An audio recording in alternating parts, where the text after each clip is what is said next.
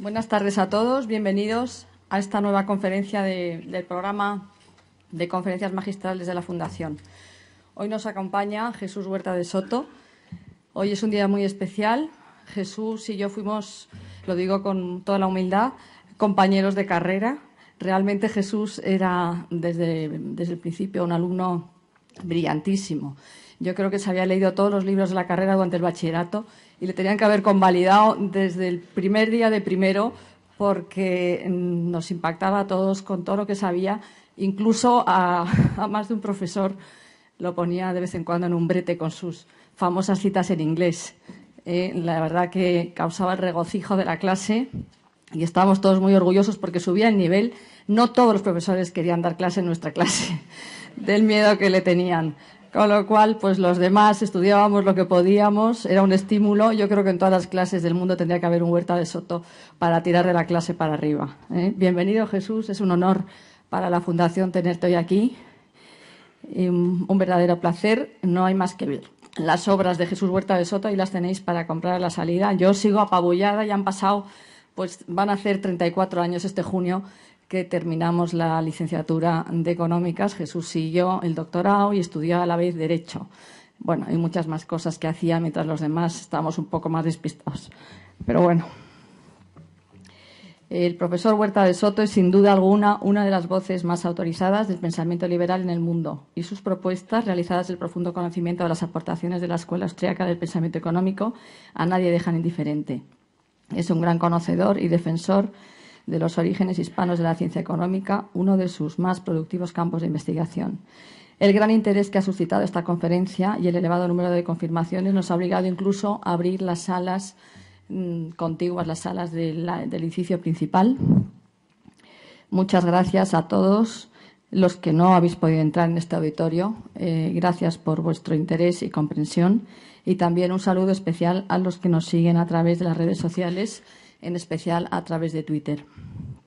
Jesús Huerta de Soto nació en Madrid en 1956, ya me he delatado yo también, doctor en Ciencias Económicas y doctor en Derecho también por la Universidad Complutense de Madrid, como dije antes, sobresaliente cum laude y premio extraordinario de fin de carrera. A la temprana edad de 26 años recibió el Premio Internacional de Economía Rey Juan Carlos por su estudio sobre la privatización de las pensiones en España. Es además actuario matemático por la Universidad Complutense de Madrid y MBA por la Universidad de Stanford, donde realizó estudios superiores de economía política, becado por el Banco de España. El profesor Huerta de Soto es en la actualidad catedrático de Economía Política de la Universidad Rey Juan Carlos de Madrid. Su indiscutible talento y entusiasmo académico e investigador han favorecido que florezca a su alrededor un nutrido grupo de jóvenes investigadores que han puesto en valor el legado de grandes pensadores y economistas como Carl Bengen, Eugen von Bauer, Ludwig von Mises, del cual va a hablar más en particular, y otros. A lo largo de su prolífica carrera docente e investigadora ha recibido numerosos galardones, entre ellos el premio Adam Smith, concedido por el Centro para la Nueva Europa de Bruselas, el premio Franz Kugel Memorial Prize for Excellence in Economic Education, concedida por la Universidad de Economía de Praga, y muchos otros premios. Jesús Huerta de Soto es doctor honoris causa en Ciencias Sociales por la Universidad Francisco Marroquín y en Economía por las Universidades Alexandru Ioan Cuza de Rumanía y Financial University under the Government of the Russian Federation de Moscú. Es miembro de la Mont Pelerin Society, así como de la Royal Economic Society de Londres y de la American Economic Association. Es patrono de la Fundación Instituto Madrileño de Estudios Avanzados para las Ciencias Sociales. Fundador y director de la revista científica Procesos de Mercado, revista europea de Economía Política, y editor español de las obras completas de Hayek, en 22 volúmenes, de los que hasta ahora se han publicado 8 en español, así como de los 44 volúmenes aparecidos en la nueva Biblioteca de la Libertad de Unión Editorial. El profesor Huerta de Soto es autor de numerosos trabajos y artículos de investigación sobre temas de la especialidad.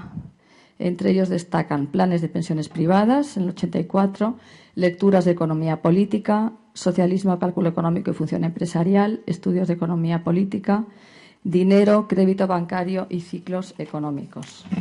La escuela austriaca, mercado y creatividad empresarial, nuevos estudios de economía política, ahorro y previsión en el seguro de vida y otros ensayos sobre seguridad social y planes privados de pensiones, The Theory of Dynamic Efficiency, y es igualmente coautor, junto con Alejandro Nieto García y otros autores, del libro blanco sobre el papel del Estado en la economía española, dirigido por Rafael Termes y publicado en 1996 por el Instituto Superior de Estudios Empresariales. Jesús Huerta de Soto ha publicado 42 artículos en revistas científicas de economía y ciencias sociales, así como 24 capítulos de otras tantas obras colectivas. Ha dirigido 16 tesis doctorales y la edición en vídeo de uno de sus cursos universitarios ha sido seguida a través de la página web del Instituto Juan de Mariana por más de 67.000 estudiantes, debiendo destacarse que alguna de sus clases, como la dedicada a la caída del Imperio Romano, ha sido vista en YouTube por más de 350.000 personas. Todo ello ha motivado que Jesús Huerta de Soto sea el profesor español de economía más citado en Internet, con más de 1.250.000 citas y referencias según los analistas y buscadores de la red más solventes. Bueno, he hecho un resumen y hablo muy deprisa porque estoy abrumada. Jesús, bienvenido. Muchas gracias por estar aquí. Gracias, Sonsoles, por acompañarnos también. Y tienes la palabra. Muchas gracias. Muchas gracias a nuestra presidenta, a María del Pino, a la que conocí hace 38 años. No hagan cábalas sobre su edad. Creo que le dieron un permiso especial para ir con 4 o 5 años a la universidad. También a la Fundación Rafael del Pino. Leía antes esta frase del fundador de Rafael, que me parece que es una frase eminentemente austríaca, que habla sobre el conocimiento y la creatividad empresarial, o sea que estamos en casa de austríacos. Y también a Amadeo Petitbó, el director de la Fundación, por haberme invitado. El origen de esta conferencia está en una remisión que hice de la segunda edición de la Teoría del Dinero y el Crédito de Mises, que acabamos de publicar para celebrar el centenario de este libro. Mises lo publica en 1912, han pasado 100 años y es un libro de plena actualidad. De hecho, todo lo que voy a decir hoy aquí, en un sentido o en otro, de una manera o de otra, está inspirado en la obra del gran Mises. Y por eso creo que es de justicia que hoy dediquemos esta lección a Ludwig von Mises. He dejado unas separatas, algunos de ustedes ya las habrán recogido, porque claro, lo que pretendo hacer es nada más y nada menos que sintetizar el contenido de mi obra sobre teoría de los ciclos, que es un libro que tiene 880 páginas, esta es la versión de bolsillo, y voy a intentar sintetizarlo en 1 hora. De todas maneras, si alguien quiere saber exactamente mi pensamiento, hace 1 año tuve la oportunidad de hacer esta presentación en la London School of Economics.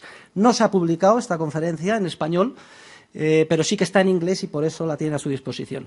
Y luego también, muy recientemente, he escrito un artículo que se titula En defensa del euro, un análisis austriaco. Esto es resultado de un cariñoso debate que tengo con mi dilecto discípulo aquí presente, Philipp Bagus, que como buen alemán está en contra del euro.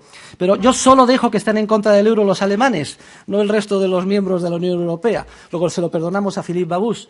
Y creo que al final de la conferencia, si puedo, resumiré muy brevemente el contenido del artículo, pero en todo caso está a su disposición para que vean exactamente cuál es mi posición al respecto. Y nada más, sin más preámbulos, voy a empezar. No podemos frivolizar, estamos en una profundísima recesión económica, hay en nuestro país más de 5 millones de parados y hay 1,5 millones de familias casi con todos sus miembros en paro. O sea que lo que vamos a estudiar hoy tiene una importancia esencial. Y yo me atrevería a decir que todos los problemas que nos afectan, todos los sufrimientos económicos que tenemos, nosotros, las empresas, los trabajadores, etcétera, tienen su origen en algo que ocurrió en el Reino Unido, en Inglaterra, el 19 de julio de 1844. ¿Qué pasó ese día fatídico? El 19 de julio de 1844. Muy sencillo, ese día se aprobó, se promulgó en Inglaterra la ley bancaria de Peel, Peel's Bank Act. Es una ley que de alguna forma supuso la culminación de décadas de debate entre dos escuelas de pensamiento económico, que trataban de dilucidar, de explicar por qué Inglaterra, desde el surgimiento de la Revolución Industrial, se veía afectada de ciclos recurrentes de burbuja especulativa, crisis financiera y recesión económica. Por un lado estaba la escuela bancaria, la Banking School, y por otro lado la escuela monetaria, la Currency School. Tenían razón los teóricos de la escuela monetaria, de la Currency School, que fueron capaces de diagnosticar exactamente gran parte, en gran medida, las causas de esos ciclos recurrentes de auge y recesión. Ellos achacan esos ciclos a un fenómeno curioso que afecta a la banca de la época, concretamente al negocio que desarrollaban los banqueros privados en la Inglaterra de entonces, y que consistía básicamente en la emisión de papel moneda, de billetes de banco, sin respaldo de dinero de verdad, entonces oro al 100%. Este es un negocio curioso que se desarrolla a partir de la creación del Banco de Estocolmo en 1656. Es fácil de entender. En un primer momento los banqueros actúan legítimamente y a cambio del oro que se les deposita entregan un recibo que certifica el dinero que se les ha dado en depósito. En la medida en que los clientes de los bancos confían en que el banco es solvente y va a cuidar bien esos depósitos, pues empiezan a pagar y aceptar como medio de pago no el oro en sí, sino los correspondientes recibos. Entonces, algún banquero más vivo que otros, pues enseguida se da cuenta de este fenómeno y empieza a verse tentado a emitir más recibos que el oro originariamente depositado. Los teóricos de la Currency School se dan cuenta de que esto tiene un efecto inicialmente de burbuja, porque lo que hace el sistema bancario es emitir más papel moneda que el oro originariamente depositado. Esto impacta al sistema económico creando una burbuja. Hay una mayor demanda monetaria, los precios suben, lo cual da lugar a una sensación de euforia, todos contentos. Luego hablaremos sobre esto. Pero a la larga se produce un efecto contrapuesto, porque los precios empiezan a subir en Inglaterra y entonces, en términos relativos, es más barato comprar los bienes y servicios en el continente, al otro lado del canal. Entonces aumentan las importaciones, disminuyen las exportaciones, los vendedores franceses, alemanes, etcétera, exigen oro, van a retirarlo a los bancos ingleses, pierden reservas e inmediatamente se producen las primeras crisis financieras y todo se desmorona. Crisis financiera, recesión económica. El que más o el que menos hemos visto la película Mary Poppins, hemos visto cómo hay una corrida bancaria, por 2 peniques, los niños salen corriendo, de pronto se pierde la confianza, se cierra el banco. Y esos eran los fenómenos que explican los teóricos de la Currency School. Y hay un debate maravilloso. Luego, si tengo tiempo al final, les voy a leer algunas partes de la argumentación de Sir Robert Peel, justo antes de que se sometiera a votación la ley. Y hay un debate, desde luego, que más lo quisiéramos para nosotros. El nivel, la altura teórica y científica de lo que se debatía en Inglaterra, en el Parlamento inglés en esos años, es años luz de lo que hoy en día estamos acostumbrados en cualquier parlamento moderno. Y efectivamente la ley de Peel pues supone de alguna forma el triunfo y la plasmación legislativa del triunfo de los teóricos de la Currency School, porque en esa ley lo que se establece es que queda prohibido emitir, lo obvio, recibos por encima del volumen del dinero en oro originalmente depositado en el banco. Es decir, se establece la obligación del coeficiente de caja del 100% en relación con el papel moneda emitido por la banca. Por cierto, lo que hace la ley de Peel en última instancia es dar carta de naturaleza a uno de los principios esenciales del derecho de propiedad que exige una economía de mercado y un sistema capitalista para funcionar. Es un respeto escrupuloso, en el caso del depósito, al cumplimiento de los certificados que de alguna forma justifican el dinero que se ha recibido. De hecho, si alguien, digamos, que emite más recibos de lo que de verdad ha recibido, está cometiendo varios delitos. Y creo que hay finos juristas en la sala. De entrada, falsificación en documento público, gracias, y estafa. Entonces, la ley de Peel prohíbe que eso se siga haciendo y supone un triunfo de los teóricos de la Currency School y, además, la plasmación legislativa apoyada por los ciudadanos ingleses de un cambio legislativo en el que se pone una enorme esperanza porque se piensa que a partir de entonces Inglaterra quedará ya exenta de sufrir esos ciclos recurrentes que desde las guerras napoleónicas y en pleno surgimiento con enorme fuerza de la revolución industrial venía afectando al Reino Unido. Sin embargo, a pesar de las buenas intenciones de la ley y del éxito que supuso, la ley de Peel fue un enorme fracaso. Y esto es algo tremendo, porque ha venido afectando al mundo occidental y sigue afectando hoy en día. ¿Por qué fue un fracaso la ley de Peel?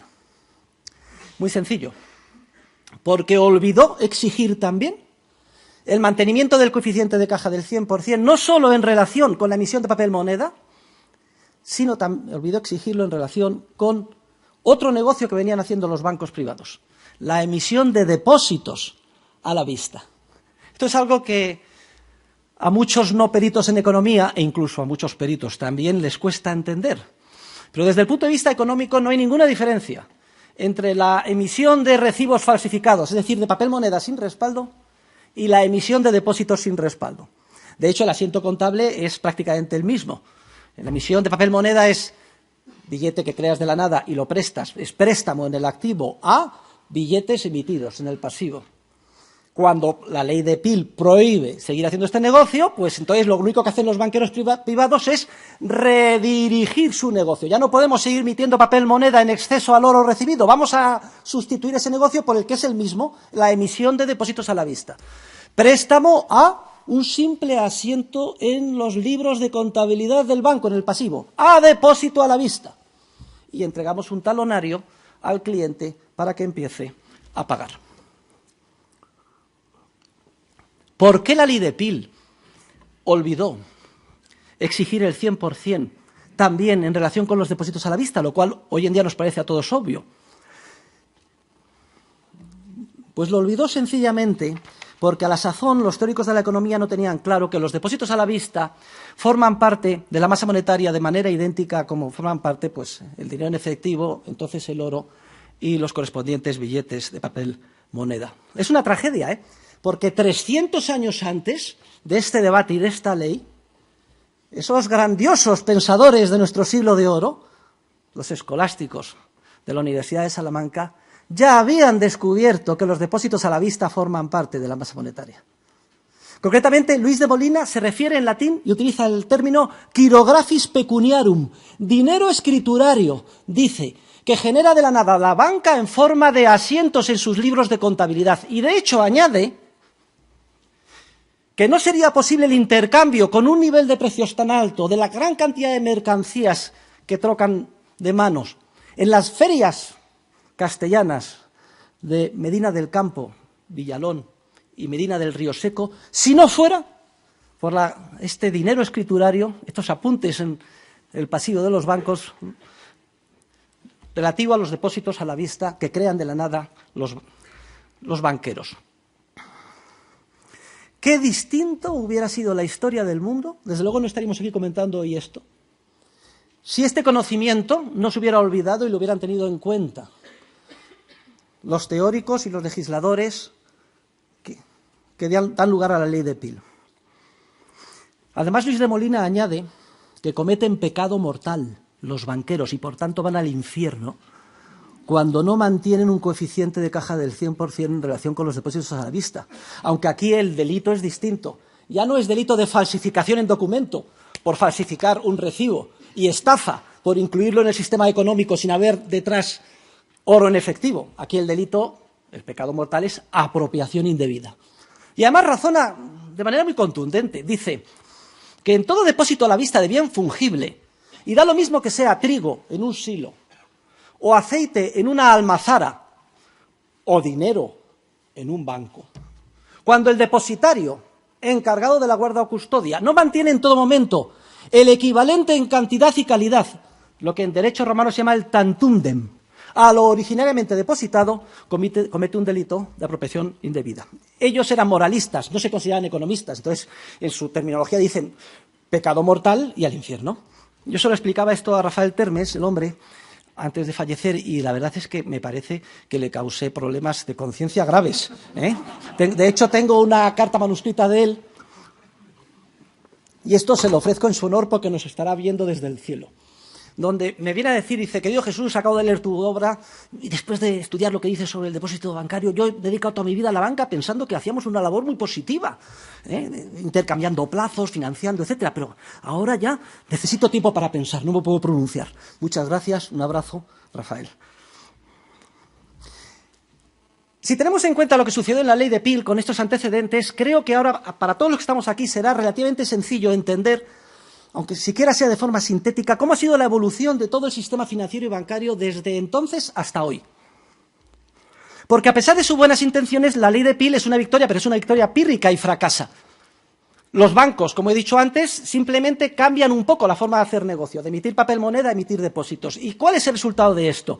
Pues que no se evitan los ciclos recurrentes de burbuja especulativa, auge, exuberancia irracional, crisis financiera y recesión económica. Y entonces todo el prestigio y todo el apoyo ciudadano que tuvo la ley de Peel cae por los suelos. Cada pocos años se reproduce la burbuja. Los ciudadanos no saben, no son capaces de entender que habían hecho mal. Claro, hay que salvar a los bancos, hacer el bailout, salvamento de la banca. Y entonces no hay más remedio que crear, los propios banqueros privados lo demandan, un prestamista de última instancia que saque a los banqueros de los momentos de apuro, que la experiencia demuestra que regularmente se reproducen una y otra vez. En un primer momento, el prestamista de última instancia es el banco privado más importante, el Banco de Inglaterra. Pero claro, para que el Banco de Inglaterra pueda salvar en los momentos de apuro a los bancos privados, es preciso que sea capaz de crear de la nada toda la liquidez precisa. Y hay un problema con el oro, y es que el oro no se puede crear de la nada. O sea, los políticos han estado buscando la tan ansiada piedra filosofal durante siglos, para financiar sus guerras, gastos, compra de clientelismo político, etcétera, y no lo han encontrado, o si mejor dicho, sí lo han encontrado. Ahora veremos que lo han encontrado precisamente en esto. Y entonces, cada vez que hay una crisis, el Banco de Inglaterra sale a apoyar a los bancos privados, pero es necesario que pueda crear liquidez. Entonces, ¿cómo se puede solucionar el problema? Muy sencillo, a través de leyes de curso forzoso o legal. En el caso de España, a través de un decreto que establece Echegaray en el año 1871, se obliga a aceptar como medio liberatorio de pago las libras en papel emitidas por el banco más importante, el que es el prestamista de última instancia.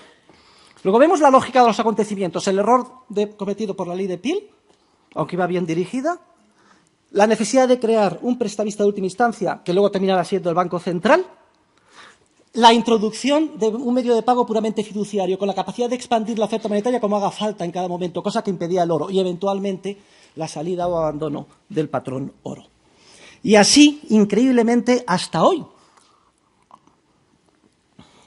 Es increíble que en pleno siglo XXI seamos herederos de este accidente histórico.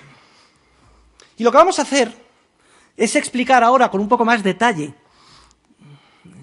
de qué manera este proceso de expansión crediticia sin base de ahorro real, que tiene su origen nada más en la inyección de dinero en forma de depósitos, impacta en la economía real, induciendo errores sistemáticos de ahorro e de inversión en la estructura productiva real, que tarde o temprano se ponen de manifiesto en forma de una crisis, primero financiera, luego una recesión económica y luego una crisis presupuestaria. Lo que voy a hacer en suma es explicar la teoría austríaca del ciclo económico, y voy a procurar hacerlo en 10 minutos. Y esto exige, previamente, les voy a pedir a todos los presentes que hagan un poco de esfuerzo intelectual. Yo sé que a estas horas de la tarde, después de haber trabajado todo el día, pues a lo mejor se hace un poco cuesta arriba. Pero lo que voy a hacer es tratar de resumir la teoría del capital. Porque la teoría del capital es la gran ausente no solo en los libros de texto, en los programas de economía, prácticamente en todo el mundo. Hasta los años 30 del siglo pasado era esencial su conocimiento. Pero el vendaval keynesiano, monetarista y macroeconomista ha hecho que se olvide, que se deje de estudiar la teoría del capital. Y yo mantengo la tesis de que es imposible entender nada de lo que pasa en economía sin dominar la teoría del capital. De hecho, yo hasta que no me leí y dominé las 1200 páginas de Capital und Capital Things de von Baberg, no entendí nada de lo que pasa en economía. La teoría del capital es la teoría que explica el puente o la conexión que hay entre el lado monetario y el lado real de la economía. Esto es lo importante. ¿De qué manera la capacidad impulsora del dinero afecta a la estructura por etapas temporales del proceso de producción de la economía real? Y claro, si no tienes este conocimiento porque eres un pobre economista keynesiano o monetarista o de Chicago, pues entonces tus gafas teóricas te impiden ver lo que está pasando en la realidad. Que conste que no lo digo con ánimo peyorativo ni nada, simplemente constatando una realidad. Y para entender lo que voy a decir ahora, les rogaría a todos que hagan el esfuerzo de visualizar el proceso productivo de una economía real, por ejemplo, utilizando cualquier sector concreto o bien concreto. Vamos a suponer que es el caso de la fabricación de un automóvil. De acuerdo con los teóricos austriacos, todo proceso productivo conlleva tiempo, que está constituido por una serie de etapas sucesivas. Y los procesos productivos, conforme la economía avanza, cada vez son más largos desde el punto de vista temporal y a su vez más productivos. Desde que se diseña el automóvil hasta que se decide ese modelo concreto recién diseñado, yo que sé, un híbrido, etcétera, ponerlo en producción. Se extrae el mineral de hierro como una segunda etapa de las minas, se convierte otra etapa en acero, luego pasa a otra etapa, y luego hay una etapa de montaje, unos robots, luego se comercializa, se distribuye y se vende. Hay una serie de etapas sucesivas que en conjunto pueden suponer años. Ahora mismo se están diseñando los coches que compraremos nosotros dentro de 7 u 8 años. Yo cuando explico esta clase a mis alumnos me dicen, profesor, está usted equivocado, hemos ido al Musafes y está usted equivocado, cada coche tarda en producirse 1 minuto, porque hemos visto que salía un coche, y otro coche, y otro coche. Digo, no, el que está equivocado es usted, señor alumno. Vaya usted para atrás. Cada uno de estos coches ha llevado 8 años producirlo. No tenga usted la visión del equilibrio general, flujo circular de la renta, en la que el proceso temporal no existe. La visión de los economistas normales que salen de una universidad. Piense usted con lógica. Entonces, entendiendo el proceso productivo como un proceso constituido por etapas, se entienden muchas cosas en economía. La primera es que la mayor parte del esfuerzo empresarial, humano y de los trabajadores está no en las etapas próximas al consumo, sino en las etapas más alejadas del consumo. Otra cosa que se entiende muy bien es por qué la contabilidad nacional prácticamente es inútil, no vale para seguir el ciclo. Porque las cifras del Producto Nacional o Interior Bruto solo recogen los bienes de consumo final y los bienes de capital que llegan al usuario final, pero no tiene en cuenta para nada todas las etapas previas. Es decir, no se incorpora en el Producto Interior Bruto el valor del mineral que sale de la mina, ni de la empresa que hace el diseño, ni la que fabrica los carburadores, etcétera. De alguna forma, aproximadamente 2/3 del esfuerzo empresarial y de los factores de producción de los trabajadores de la economía son eliminados de un plumazo del cómputo de las cifras del Producto Interior Bruto. Ya vamos a ver que esto va a tener unas consecuencias tremendas. A pesar de su nombre, las cifras de PIB brutas no son brutas. La cifra de Producto Interior Bruto, el concepto desde Kuznets de Producto Interior Bruto es una excrescencia, una protuberancia keynesiana. A Keynes le interesaba exagerar la importancia del consumo y era muy fácil. Eliminemos todas las etapas previas. Oiga, que ahí es donde estamos todos trabajando, no importa. El argumento es que hay que evitar la doble contabilización, criterios de valor añadido. Oiga, es que el carburador que hemos producido este año no tiene nada que ver con el carburador que está en el camión que vendemos este año. No importa, vamos a hacer aquí una abstracción, etcétera. Ya veremos esto, las consecuencias que tiene enseguida.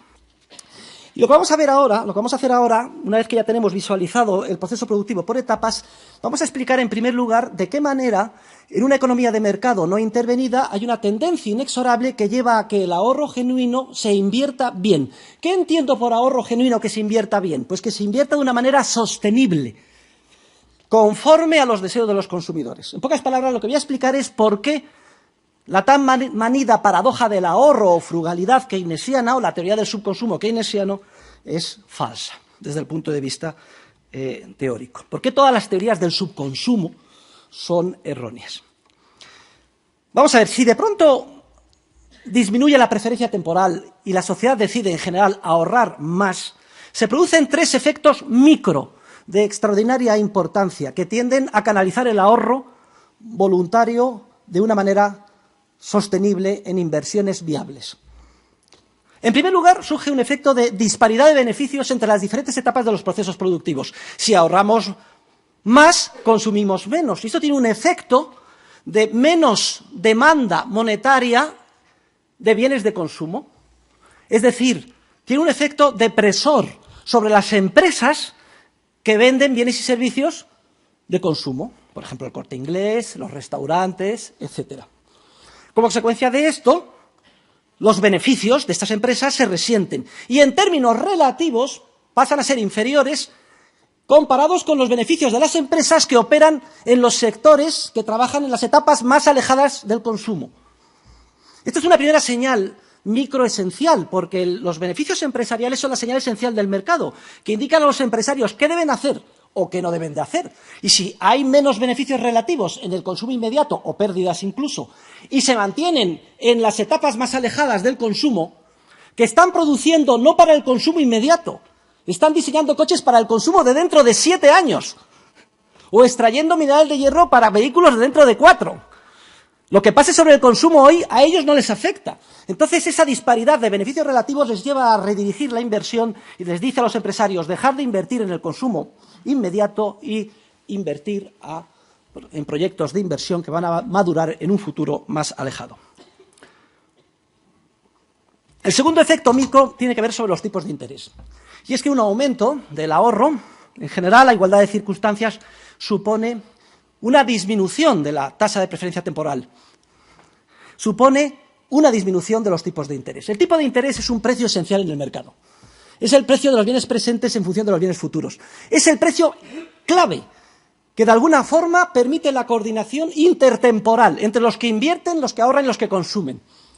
Es el precio que, por ser más importante, más libre y menos manipulado, debería de estar en el mercado. Y, sin embargo, es una tragedia que es el más intervenido, el más manipulado por políticos, gobernantes, bancos centrales, etcétera.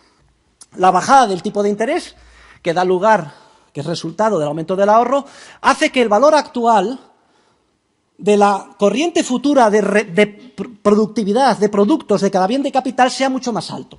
Es decir, tiende a hacer más elevado el precio de mercado de los bienes de capital, que es otra señal esencial que les dice a los empresarios redirigir vuestro esfuerzo inversor hacia la producción de bienes de capital. Y conforme más baje el tipo de interés, hacia la producción de bienes de capital que maduren en un futuro más lejano.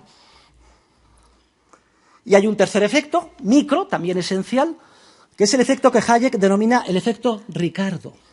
Aunque en realidad lo deberíamos de denominar entre nosotros efecto Hayek. Lo que pasa es que Hayek era muy caballero y entonces creyó ver un antecedente en las obras de Ricardo y lo llama así efecto Ricardo. Este es el efecto que tiene el aumento del ahorro sobre los salarios reales. La idea es muy sencilla, podríamos dedicar tardes. Un aumento del ahorro hace que los precios de los bienes de consumo en términos relativos tiendan a bajar. Si los precios de los bienes de consumo bajan, con igualdad de salarios nominales, significa que los salarios reales suben. Y al ser, en términos relativos, más costosa la mano de obra, en el margen los empresarios empiezan a sustituir trabajadores, mano de obra, por equipo capital, por bienes de capital.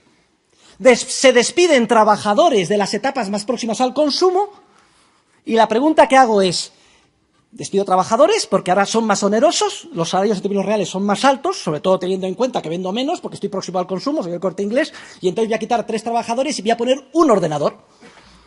La pregunta es, ¿quién produce los bienes de capital que son demandados como consecuencia del efecto Ricardo? Precisamente los trabajadores que son despedidos de las etapas más próximas al consumo. Como vemos, los tres efectos micro, van los tres en la misma dirección y terminan consolidando una estructura productiva más capital intensiva, con más etapas que maduran en un futuro más lejano. Y este es el proceso de desarrollo y crecimiento económico más sano que cabe concebir.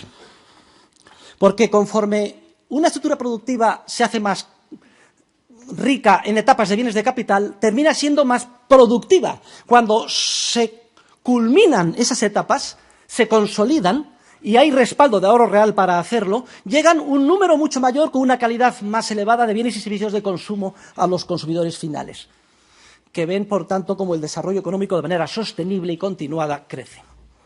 Y, de hecho, si algo caracteriza el desarrollo económico, o si quieren ustedes, en un flash, en el momento presente, ¿qué diferencia una economía avanzada, Estados Unidos-Suiza, de la India? ¿Es que en la India se trabaja menos y por eso son más pobres? ¿O que son más tontos o que no estudian? No, no, no. La diferencia es el equipo capital bien invertido, disponible por trabajador en Estados Unidos, Suiza o en cualquier país desarrollado respecto de la India. En la India están recogiendo a mano el arroz o con un arado de bueyes, y en Estados Unidos un trabajador con un tractor hará en una mañana 200 hectáreas. Pero claro, para hacer el tractor ha sido preciso un ahorro por un periodo de tiempo muy prolongado, bien invertido, durante unas etapas muy prolongadas en el tiempo. La diferencia está en el ahorro bien invertido, en el tiempo acumulado que suponen los bienes de capital bien invertidos. Bueno, he hecho esta introducción porque creo que ahora va a ser facilísimo que comprendamos, por contraste y oposición, ¿qué pasa? ¿Qué pasa? Si se produce un proceso de expansión crediticia, es decir, un crecimiento de los créditos que se conceden a los empresarios, pero que está financiado no con ahorro genuino previo, sino a través de este proceso de creación monetaria que quedó abierto en la ley de Peel. Simplemente, pues que María del Pino, que es una buena empresaria, le doy 1 millón de euros a depósito a la vista, que es así como lo hace la banca. María del Pino, activo, 1 millón de euros, préstamo María del Pino. Mi pasivo, depósitos a la vista, 1 millón de euros. Toma, María, un talonario. Hombre, podríamos hablar mucho sobre el multiplicador bancario, otras personas a lo mejor lo visualizan más, vamos a ser más, aunque al final el resultado es este que he dicho. Yo pongo un depósito a la vista de 1 millón de euros en un banco, y entonces el banco lo deposito. Nadie dudará que eso forma parte de mis saldos de tesorería, igual de bien o más que si los tuviera en mi casa o en mi bolsillo. Acto seguido el banco, y además de forma completamente legal, no piensa que comete pecado mortal, aunque ni que va al infierno, ni que es un delincuente por apropiación indebida, obtuvo un privilegio, artículo 180 del Código de Comercio, para actuar de esta manera, que no tiene ningún otro agente económico, ningún otro depositario, ni de trigo, ni de aceite, ni nada. Sobre eso podríamos hablar. Acto seguido el banco coge y dice, bueno, con el 10% tengo suficiente para las retiradas normales. Voy a prestar 900.000 euros. Y los presta a un empresario. Aquí hay un proceso de creación de la nada de dinero que es obvio. Una doble disponibilidad. Nadie duda que el 1 millón de euros forma parte de mi saldo de tesorería, depositado en el banco, y luego hay 900.000 que también tiene el que ha recibido el préstamo, el prestatario. Pero es que el asunto no termina aquí, porque cuando el prestatario paga a sus proveedores, etcétera, que a su vez utilizan el mismo banco u otros, depositan los 900.000, el que recibe los 900.000 dice, me quedo con 90.000 y presto 810.000. Y así sucesivamente en cadena. Si ustedes agregan los balances de toda la banca, el resultado es el que he indicado al principio. Ni siquiera hace falta agregarlo, no piensen ustedes. Un banco grande que tenga una cuota de mercado muy elevada, precisamente por eso los bancos, su ideal es fusionarse todos, hasta llegar a ser uno solo en el mundo. Va a dar nombres, pero no los doy. Santander, Central, Hispano, Bilbao, Vizcaya, Popular, todos juntos, uno solo. Entonces es el ideal del banco, porque como no le pueden retirar reservas, directamente 1 millón a depósito a la vista. ¿Qué pasa cuando los empresarios reciben la expansión crediticia de nueva creación no respaldada por ahorro real? Bueno, vamos a verlo, pero previamente tengo que hacer una pequeña digresión sobre el efecto letal, corruptor, que generan las burbujas en las sociedades. Porque cuando se recibe el nuevo dinero, los empresarios no saben si esto procede de ahorro genuino o es creación de expansión crediticia, lo pueden intuir, pero a caballo regalado no le miden los dientes. Si además va a la banca y te persigue poco menos que hasta tu casa para que les tomes un préstamo, como hemos sido todos testigos en la época de la burbuja, bueno, pues venga, a río revuelto, ganancia de pescadores. Es tremendo el daño que hace en una sociedad la expansión crediticia de la burbuja. Miren, en esa época es tremendo porque es como la droga. Es como el que se droga. Yo decía Marx que la religión es el opio del pueblo. Yo digo que el opio del pueblo es la expansión crediticia. La religión no hay ninguna duda. Todos contentos, todos contentos. Buenismo al máximo. Todo el mundo es bueno y todo va fenomenal. Los empresarios encantados. Cualquier proyecto empresarial, por alocado que sea, en la época de la burbuja encuentra financiación. Están como una moto. Y hay que tener en cuenta que el empresario a veces es como un caballo desbocado. Tan importante es dar financiación al proyecto viable como quitársela al que es un proyecto alocado. Pero claro, en la etapa de la burbuja, todos los proyectos parecen viables. ¿Qué error más grave? Basilea II, Basilea III. Dicen, no, esto fue... La burbuja ha sido resultado de la avaricia. La avaricia, hay unos tíos ahí en Wall Street avariciosos. O en Londres. Y quieren fuera. Los bonos, claro, sigo por los bonos. Y además, claro, es que esta gente, por ganar dinero, han prestado a quien no debían. Incluso hipotecas a unos pobres negros que en Alabama que no se iban a pagar nunca. Y así es la historia que además termina hasta en encíclicas papales. La crisis resultado de la avaricia. En la época de la burbuja, prácticamente todos los proyectos empresariales parecen viables. Ahora hay muchos responsables que firmaron préstamos, sindicados o no de los bancos, que están dados de baja por depresión. En su momento lo hicieron de buena fe. No piensen ustedes que eran avariciosos, ni criminales, ni que si los bonos. Hay de todo, pero no. Hay un mito desde Schumpeter de que la expansión crediticia es muy buena porque permite que haya más inversión. Vamos a ver que ese es un mito gravísimo, es un error gravísimo. Vamos a verlo luego enseguida. Los empresarios encantados en la época de la burbuja, los trabajadores también, porque fíjense, en el proceso de ahorro genuino se liberaban trabajadores de las etapas más próximas al consumo, cuando aumenta el ahorro, y con ellos se redireccionaban hacia las etapas más alejadas. De hecho, una de las manifestaciones de una economía desarrollada es que cada vez menor proporción de trabajadores están en el consumo y mayor proporción en las etapas alejadas. Cuando el proceso tiene su origen en expansión crediticia, no se liberan factores originarios de producción de ningún sitio, porque no ha aumentado el ahorro. Y entonces los empresarios, con la nueva capacidad monetaria que han recibido de la banca, demandan factores de producción, cuyo precio crece como la espuma. Hay una gran demanda de trabajadores. No hay trabajadores suficientes. Necesitamos 5,5 millones, o los que hagan falta de inmigrantes. Los sindicatos encantados. Cualquier petición que se pida, que en circunstancias normales parecería alocada, en la precipitación de sacar adelante el proyecto, los empresarios terminan diciendo que sí, que es lo fácil. Si además tenemos toda la financiación que haga falta. ¿Quién ha dicho que hay algún problema?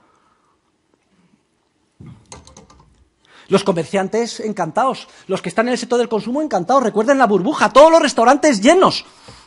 Meses para conseguir una mesa. Eso solo pasa en Madrid ahora en 2 restaurantes. Uno se llama Ten con Ten y otro el Paraguas. Los demás todos vacíos. Los políticos y los funcionarios encantados, porque en ese momento de burbuja ellos se apuntan el tanto y dicen, esto es resultado de la bondad de mi política económica, votarme. Y lo curioso es que los ciudadanos se lo creen y les votan. Es más, me decía el otro día un funcionario del Ministerio de Hacienda, dice, Jesús, es que en la época de la burbuja nos crecían los ingresos públicos a 2 dígitos al año. Al 11, 12, 13 y 15%. Dice, en el Ministerio de Hacienda nadie preguntó por qué. Si viene dinero, callados, no digáis nada. Podemos financiar lo que haga falta, unir todas las capitales de provincia de España con AVE, incluyendo Baleares y Canarias. Podemos financiar lo que queramos y además incluso nos echamos el rentoy, presumimos de que vamos a equilibrar los presupuestos. ¿Qué es lo que pasa?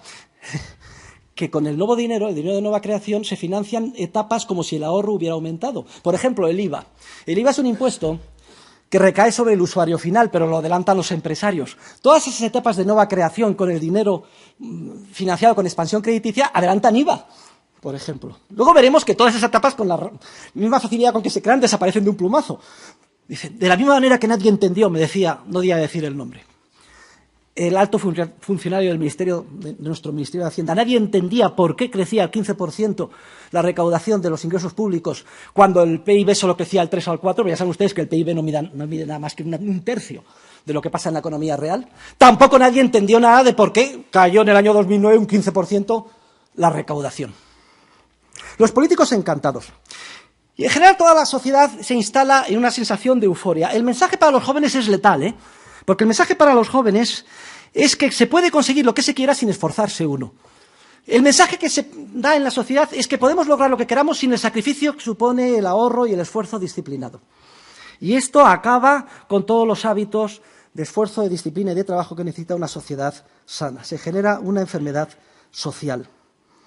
Vamos a hablar de los sindicatos. Esto es especialmente grave, porque el proceso, además de euforia, cubre las espaldas a los sindicatos. Lo que en circunstancias normales, las peticiones desproporcionadas, que en circunstancias normales se harían inmediatamente evidentes en términos de pérdida de competitividad, en la burbuja no se notan, porque la expansión crediticia y la euforia lo tapan todo. Además, el crecimiento de los precios hace que, en última instancia, los salarios reales, por una vía o por otra, se terminen reajustando. Los sindicatos pueden seguir apuntándose medallas, como si estuvieran haciendo una labor positiva para los trabajadores, sin ningún efecto negativo.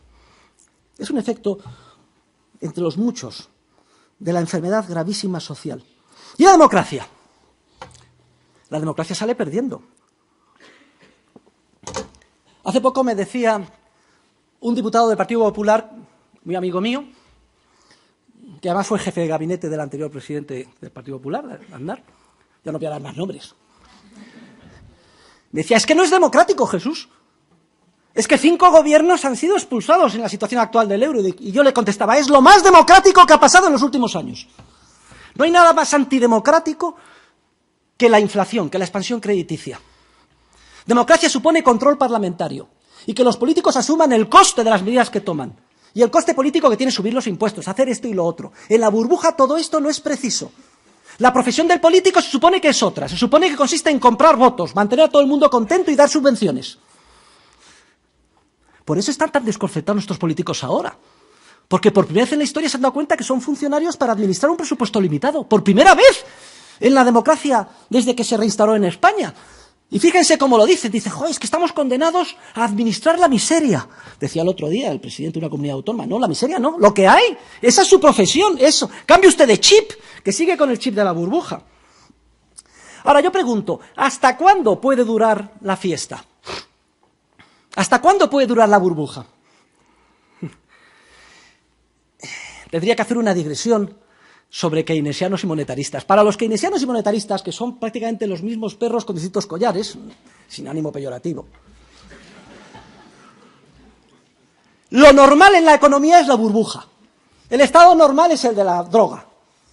Y luego, por alguna razón misteriosa, una cosa misteriosa, de pronto, en el caso de los keynesianos, los empresarios dicen los Keynes y sus acólitos, Krugman y compañía, lo dice todos los domingos tenemos al puñetero de Krugman en el suplemento asalmonado del País, diciendo una vez y otra.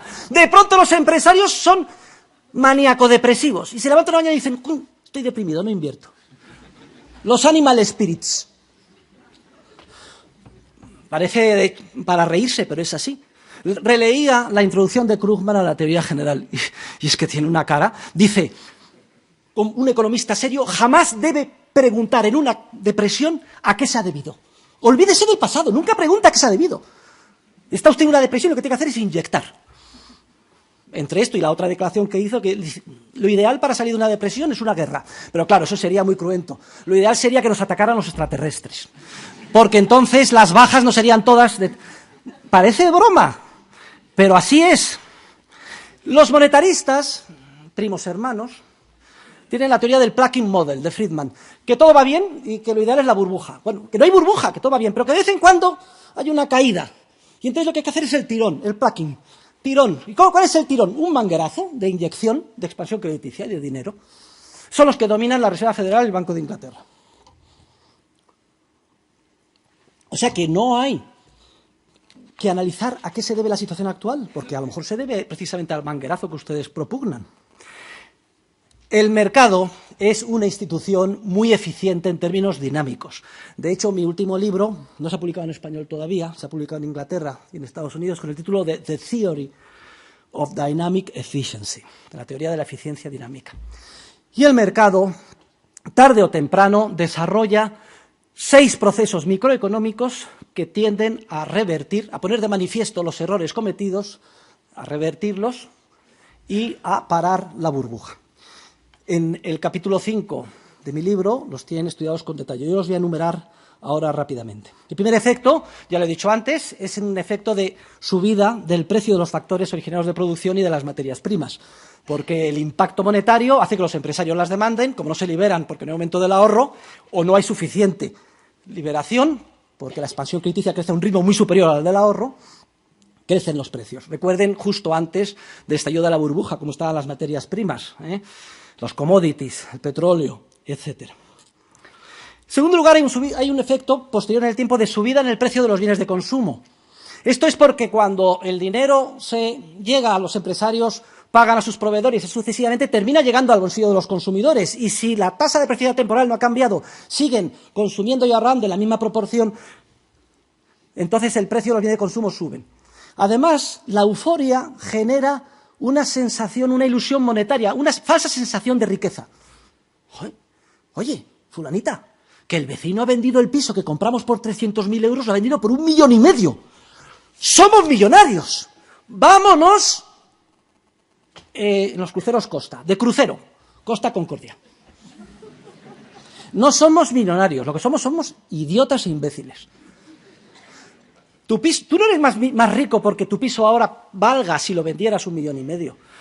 El bien de capital lo que te proporciona es una corriente de productividad, en este caso el cobijo. Tu cobijo, en esa calidad, en ese barrio, etcétera, es exactamente el mismo. Eres igual de rico o pobre que antes. Lo que pasa es que la ilusión monetaria de la burbuja te lleva a dilapidar tu capital y a consumir en exceso. Subida del precio de los bienes de consumo.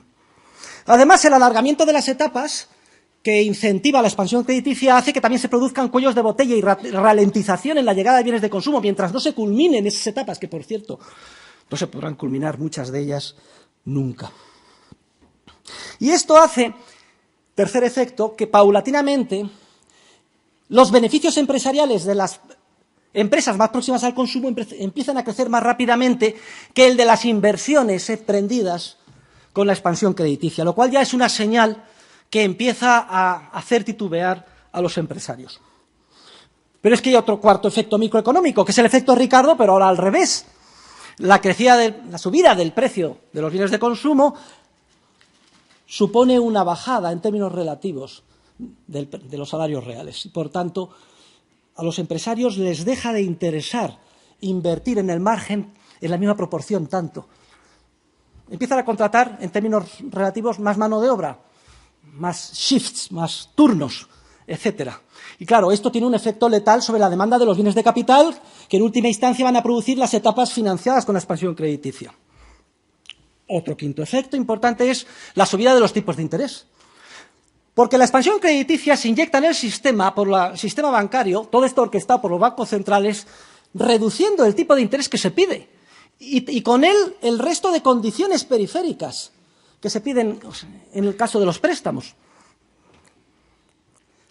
Pero cuando ya se ha inyectado en la expansión crediticia y empiezan a subir los precios, el tipo de interés tiene una componente de riesgo y otra componente por inflación esperada, que hacen que los tipos de interés empiecen a subir. Y además llega un momento en el que la subida de precios asusta a las autoridades monetarias y el Greenspan de turno o el Banco Central, etcétera, empiezan a subir los tipos de interés. La subida de los tipos de interés hace que el precio, el valor actual de los bienes de capital caiga significativamente y con él el de los títulos que lo representan en los diferentes mercados, bursátiles, financieros, etcétera.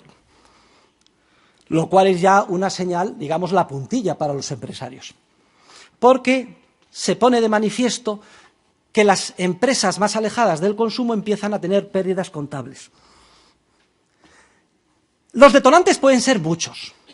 Puede ser una guerra, puede ser... El sector protagonista de la burbuja puede ser uno u otro. Las tecnológicas en los años 90, la bolsa ahora, las promociones inmobiliarias, la construcción, etcétera. Pero eso son cuestiones de detalle. El detonante de las hipotecas subprime, etcétera. Pero al final se pone de manifiesto, el mercado es muy tozudo, he dicho que es dinámicamente eficiente, que gran parte de las inversiones financiadas en la época de la burbuja no son sostenibles, que son un error económico. Y son un error económico porque no responden a los verdaderos deseos de los consumidores respecto de qué parte desean consumir y qué parte desean ahorrar. En pocas palabras, se ha producido en la burbuja una descoordinación generalizada entre los que invierten que en la época de la burbuja última la inversión crecía al 10% al año como media y los que ahorran, la tasa de ahorro crecía al 0% o incluso es negativa. ¿Cómo es posible invertir al 10% y ahorrar al 0%? ¿Quién cubre la diferencia? Muy sencillo, simplemente. Chirografis pecuniarum, un apunte en el pasivo de los bancos, dinero virtual. Solo en las economías modernas, solo aproximadamente la 10ª parte de la masa monetaria está materializada en dinero en efectivo. Billetes de banco y moneda fraccionaria de euros. ¿Y las otras 9/10 partes dónde están? Simplemente esos asientos en los pasivos de los bancos. A mí me hace mucha gracia cuando la televisión, etcétera, o los indignados dicen ¡que nos devuelvan el dinero! ¿Cómo que nos devuelvan el dinero? Como si el dinero estuviera allí y unos delincuentes se lo hubieran llevado. No, es que con la misma facilidad que se crea de la nada, se hace el apunte contrario y desaparece el dinero. Eso no lo entiende la gente. Yo creo que una de las principales misiones de los profesores de universidad sería explicar este fenómeno. En pocas palabras, la expansión crediticia induce un error masivo de cálculo en el sistema económico. Los empresarios se lanzan a invertir como si el ahorro de la sociedad hubiera aumentado cuando de hecho no ha crecido tanto como para sostenerlo. Es curioso, en las grandes recesiones siempre termina habiendo una especie de icono que manifiesta el error de inversión. Por ejemplo, la Gran Depresión del 29, el Empire State Building. Viene la Gran Depresión, se termina, todo vacío. Las Torres Kio, la burbuja del 91. Y ahora tenemos ahí 4 torres en el Real Madrid, medio vacías. Oiga, que ha costado cada una 600 millones de euros. Eso es tirar el dinero. Lo que se ha hecho es producir una estructura de bienes de capital errónea desde el punto de vista de su estilo, su distribución geográfica y su distribución temporal. Es que era demasiado pronto para construir eso. Es que los consumidores demandamos, y ahora nos damos cuenta, unos bienes y servicios con mucha más urgencia que tener eso ahí vacío. Estas enseñanzas de la teoría de capital explican por qué Basilea II y III están condenadas al fracaso. La reacción de los reguladores ha sido muy ingenua. Esto es porque la regulación no es correcta. Necesitamos mejor y más regulación. Entre nosotros, después de cada crisis financiera y bancaria de los últimos 200 años, siempre ha habido una histeria de regular, que ha fracasado hasta la siguiente, y así sucesivamente. Igual que va a fracasar Basilea II y Basilea III, no tengan ninguna duda, porque solo atacan los síntomas y no las causas profundas. Dice, vamos a hacer una gestión científica del riesgo. Esto también lo podríamos aplicar a Solvencia II, que por aquí hay algún distinguido asegurador. Como si el riesgo se pudiera gestionar científicamente. Pero vamos a ver, ¿no se han enterado ustedes que en el mundo de la economía no hay riesgo? Que lo que hay es incertidumbre ineradicable, que por tanto no se puede gestionar, que no hay una distribución de probabilidades, que todo el value at risk es una gran mentira, es proyectar hacia el futuro información del pasado, que el futuro no es un porvenir que esté ahí y que podamos gestionar científicamente, sino que es un por hacer, que en función de cómo actuemos será uno u otro, que precisamente el supuesto modelo matemático de gestión del riesgo sesga nuestra actuación erróneamente, de manera procíclica. Es que esto es importante. No importa la regulación que hagan los bancos centrales, ni los modelos matemáticos que incorporen, etcétera, siempre que haya expansión crediticia no respaldada por ahorro real, se inducirán inversiones erróneas. Y no es culpa de los bonos, ni de la avaricia. Es culpa del error cometido originalmente en la ley de Peel y de que tengamos un sistema bancario orquestado por los bancos centrales basado en la reserva fraccionaria. Un simple accidente histórico, por no escuchar u olvidar lo que dijeron nuestros escolásticos del siglo de oro. Bien, y ahora vamos a ver cómo son las diferentes fases de la crisis. En primer lugar, son 3 básicamente. Cuando el mercado descubre, y no importa cuál sea el detonante, los errores cometidos, se produce siempre una crisis financiera primero, luego se inicia una recesión económica y después viene una crisis presupuestaria. La crisis financiera es obvia. ¿Cuál es el activo de los bancos? Los préstamos que han concedido. El pasivo, los depósitos que han creado de la nada, están equilibrados. Cuando el mercado descubre que se ha invertido masivamente por error, el valor de mercado de los activos de los bancos se reduce a una fracción del que se pensaba que tenían. Cuando el pasivo es el mismo, los depósitos creados de la nada, ya circulando por todos los agentes económicos. En pocas palabras, De la noche al día, todo el sistema bancario insolvente. Y si no fuera, qué tragedia y qué paradoja, por el salvamento de los bancos centrales, todo el sistema monetario habría caído. Aquí los bancos centrales actúan, es curioso, es el síndrome del bombero pirómano.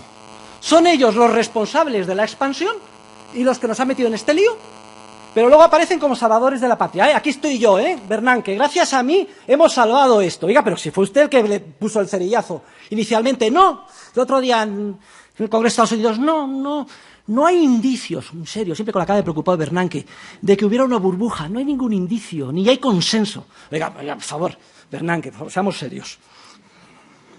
No, pero él ha leído a Krugman que dice, no pregunte usted a qué se ha debido esto. Ni Greenspan es responsable de nada.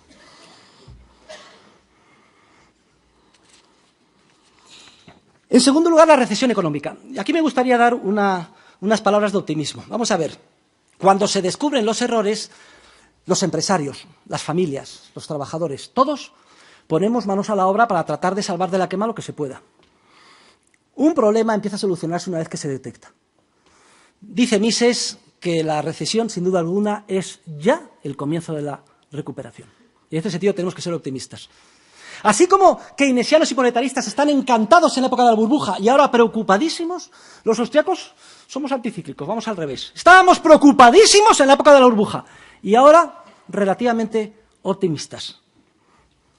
Es cierto, hay que trasladar masivamente factores de producción y sobre todo mano de obra, desde donde se les llevó por error hacia donde deben de estar. En España el ajuste ha sido rapidísimo, porque el mercado es muy rápido y eficiente. En un año han desaparecido 200.000 empresas, 5 millones de parados, 2,5 millones relacionados con el sector de la construcción. Han sido despedidos, bien despedidos, porque no debían de estar allí, no era sostenible. Ahora la asignatura pendiente consiste en reconvertirlos, llevarlos hacia líneas de producción sostenibles y viables. ¿Y esto qué exige? Esto exige una economía muy flexible. Un mercado de factores de producción y sobre todo un mercado laboral muy libre.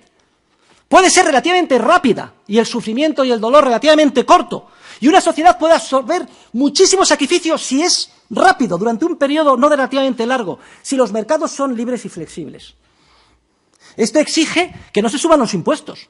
Y no quiero que esto se convierta en un mitin político.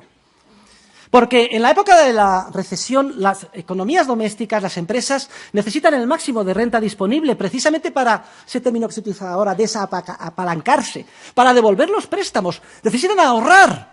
Menos mal que no hicieron caso a Zapatero y compañía, que decían, consuman ustedes. Había leído un manual de Krugman que había que consumir, consuman los que puedan. No, todos ahorrando. Eso lo hay que hacer, ahorrar. ¿Y los bancos? Pues mire, los bancos lo que hay que hacer es mirar para otro lado. ¿Qué es esto de exigirle más capital, más capital? Pero no me digan ustedes tonterías. Están lamiendo sus heridas. Están tratando de digerir los errores y siempre se ha solucionado de la misma manera. El apoyo necesario para garantizar los depósitos y tiempo. Lo demás es de idiotas. Y viene también la crisis presupuestaria, en tercer lugar. Ya me he referido a ella. En la época de la burbuja nadie preguntó por qué crecían tanto los ingresos públicos y ahora de golpe hay un caidón. Vamos a ver, de la misma manera que la gran parte de las inversiones que se financian en la época de la burbuja son insostenibles, también el volumen y el estilo de gasto público en la época de la burbuja es insostenible. Los políticos piensan que va a durar siempre y luego resulta que cuando se produce el caidón que no tienen dinero. No lo pueden ver porque las cifras, las cuentas de la contabilidad nacional impiden verlo. Y en esa estamos. Pero estamos en una circunstancia muy curiosa, porque estamos en esas dentro del euro. Yo nunca creí que en vida iba a ser testigo de lo que estoy viendo. Llevábamos los economistas austriacos décadas pidiendo que se hiciera lo que se ha hecho en un año en España, tímidamente y en la buena dirección. Qué satisfacción ver a un político con la cara desencajada, porque no tiene dinero y tiene que decir la verdad a los ciudadanos.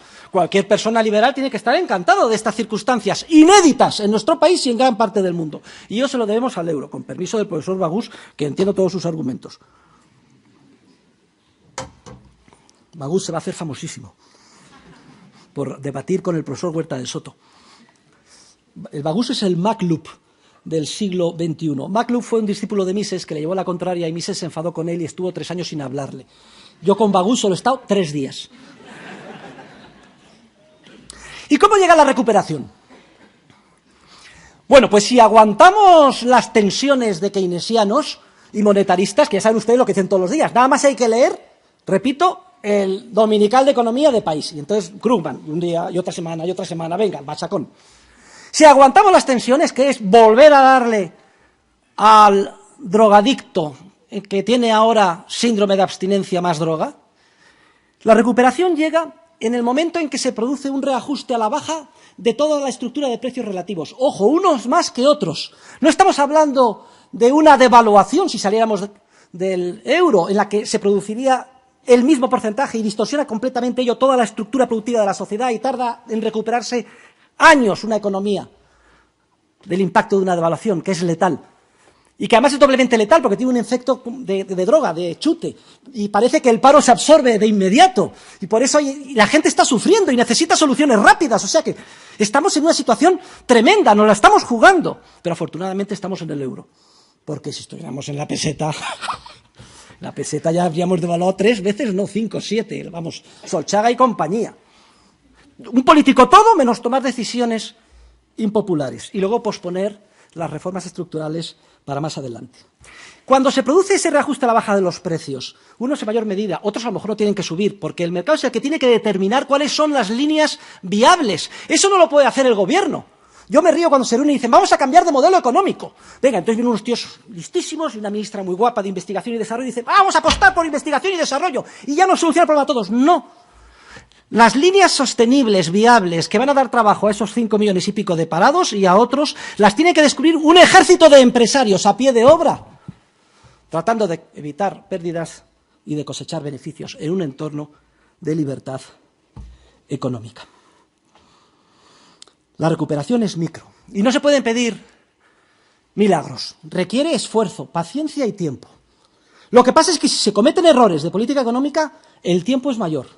El sufrimiento más profundo. No hay milagros. Lo que necesitamos son estadistas que sean capaces de explicar esto en palabras sencillas a los ciudadanos. Y no tengan duda, terminaremos recuperándonos. Espero que dentro de la disciplina del euro. Miren, el otro día ponía un símil en el sentido de que el euro está actuando como si fuera un centro de desintoxicación de drogadictos, en el que estamos metidos a la fuerza y no nos podemos escapar porque la llave la tiene una señora enfermera gorda que se llama Merkel. Porque si pudiéramos escaparnos, saldría todo el mundo por la ventana. Además, que tienen un manual que les meten de contrabando de un tal Krugman que dice que lo que hay que hacer para salir del mono es inyectarse más droga. Y no preguntar a qué se debe. No pregunte usted por qué ha caído en la droga. Inyéctese más droga. No, esto es un símil, pero muy próximo, de en qué circunstancias nos encontramos y de qué es lo que nos estamos jugando. Bueno, y termino la conferencia por donde empecé, porque cuando llegue la recuperación, y aunque sea trancas y barrancas va a llegar, afortunadamente, la tragedia es que ¿hasta cuándo podemos esperar que los bancos centrales conserven memoria histórica de lo que ha pasado? Que el conjunto de agentes económicos empiecen a pedir otra vez, y el sistema bancario, expansión crediticia y droga. Me temo que mientras no se rediseñe, se reforme el sistema monetario y bancario del mundo, se reiniciará otra burbuja, tendremos que repetir esta conferencia dentro de 15 años y así sucesivamente. Salvo que se tomen 3 medidas. Vamos a ver cuáles son las medidas que habría que tomar para que no vuelvan a repetirse en el futuro nunca más los ciclos recurrentes de auge y recesión que tanto daño causan. El 24 de junio de 1845, Robert Peel dijo en la Cámara de los Comunes, cito literalmente, «Cada vez que los bancos expanden el crédito, solamente crean un valor ficticio, un dinero sin base real, que genera una burbuja», utiliza el término bubble por primera vez, una burbuja, que cuando explota extiende la ruina por toda Inglaterra y perturba y desquicia todas las transacciones comerciales. Qué feliz sería yo si tuviéramos hoy en día un Robert Peel en nuestras cortes. Hoy, después de 168 años, seguimos exactamente igual. Es increíble, lo he dicho al comienzo de la conferencia, es increíble que en pleno siglo XXI hayamos heredado un sistema financiero y bancario que es resultado de este accidente histórico. ¿Y qué medidas habría que tomar? Pues tres. La primera es obvia: completar la ley de Peel allí donde quedó incompleta. Es decir, exigir el coeficiente de caja del 100% para los depósitos a la vista y sus equivalentes. Hayek dice que solo con esta medida eliminaríamos los ciclos recurrentes de auge y recesión. Y además hay que añadir que esta medida está en perfecta consonancia con los principios esenciales del derecho de propiedad que exige una economía de mercado y el capitalismo para funcionar de manera sana. Que cuando el depositario se apropia de una parte de lo que será depositado a la vista, está cometiendo un delito de apropiación indebida. Es principio general del derecho. Solamente unos agentes económicos han conseguido un privilegio odioso, que no el resto, para actuar al margen de esos principios descubiertos ya desde los teóricos del derecho romano, que son los banqueros, y lo tienen ustedes en el caso de nuestro ordenamiento jurídico, en el artículo 180 del Código de Comercio, que establece la posibilidad de que utilicen un coeficiente de caja del 25%. Hoy en día, bueno, ha sido el 2% con el Banco Central Europeo y en enero se ha reducido al 1%. Puestos a hacer manguerazos. ¿Y por qué no al 0%? Pues ya puesto ya directamente al 0%, oiga, no exijan nada. Hay indicios esperanzadores en esta línea y uno de los motivos mayores de satisfacción que he tenido en mi vida es que hace un año dos diputados Tories, Douglas Carswell, que es el diputado por Clacton, y Steve Baker, que es el diputado por Wycombe, presentaron un proyecto de ley en el Parlamento británico, cuyo contenido consiste en completar la ley de Peel donde quedó incompleta. Entre nosotros, la ley de Peel sigue en vigor. Fíjense ustedes cómo son los ingleses, sigue en vigor, con muchos amendments, pero sigue en vigor, o sea, que lo tienen facilísimo. Y aunque alabanza propia envilece, decía el gran Cervantes, para mí ha sido doblemente motivo de halago, porque en el Parlamento británico, cuna de la democracia moderna, estos dos diputados citan a un servidor como el inspirador de la propuesta. Lo tienen ustedes, si quieren, en YouTube. Lo que pasa es que George Osborne, el canciller del Exchequer, ha pasado por agua la propuesta. Nombra una comisión. Siempre que se quiere estropear algo, se nombra una comisión independiente. Y después de los expertos, bueno, pues la conclusión a la que llegan va en la buena dirección, pero tímidamente. Es que hay que separar la banca comercial de la banca de inversión. Es decir, que los depósitos a la vista, sí, los puede usted prestar, pero solo descontando letras y a corto plazo. Y luego todas las cosas que quiere usted hacer, etcétera, banca de inversión. Esto es, en pocas palabras, que se estableció en la Glass-Steagall Act, que fue derogada en los años 80 en Estados Unidos, que a su vez es una copia de cómo está instrumentado el balance del Banco de Inglaterra y del Banco de Estocolmo con dos departamentos.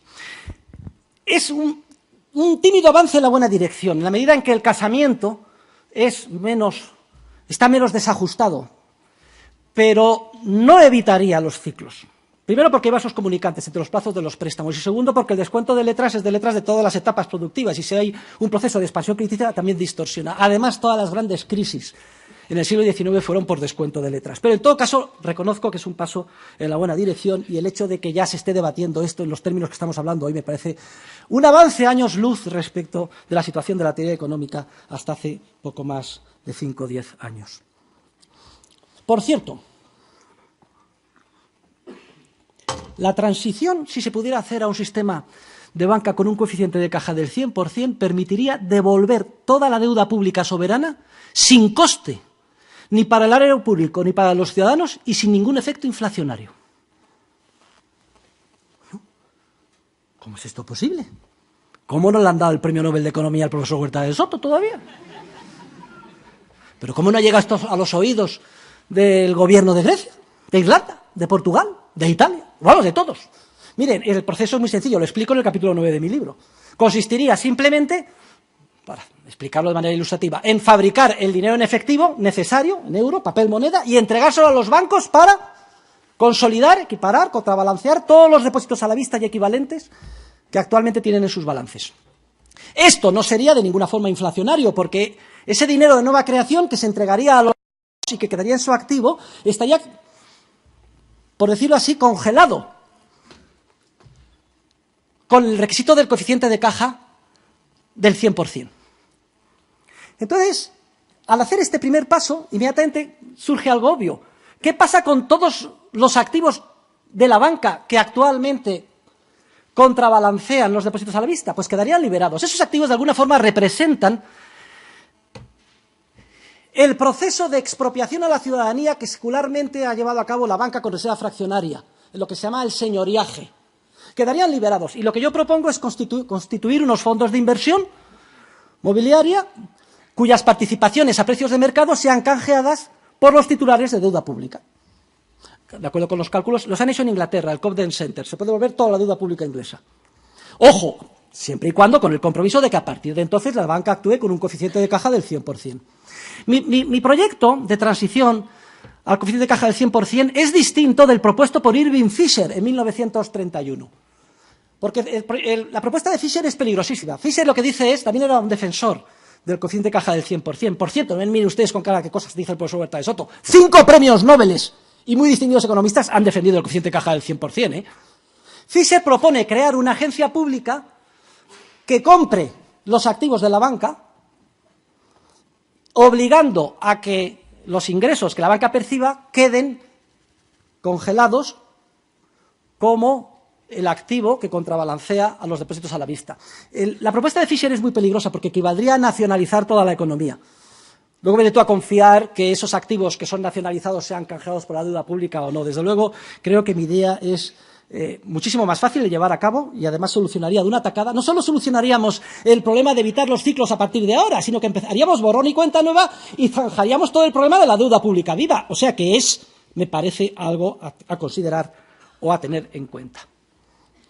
Repito, todo el dinero creado no es inflacionario porque queda como si dijéramos esterilizado ahí, como colateral de los depósitos a la vista. Y a partir de entonces los bancos solo podrían prestar lo que se les prestara previamente a ellos. Como es lógico, empezarían a actuar como intermediarios financieros, que es lo que deben hacer, y no como creadores de dinero, que distorsionan la economía. Todo ello además orquestado por el Banco Central.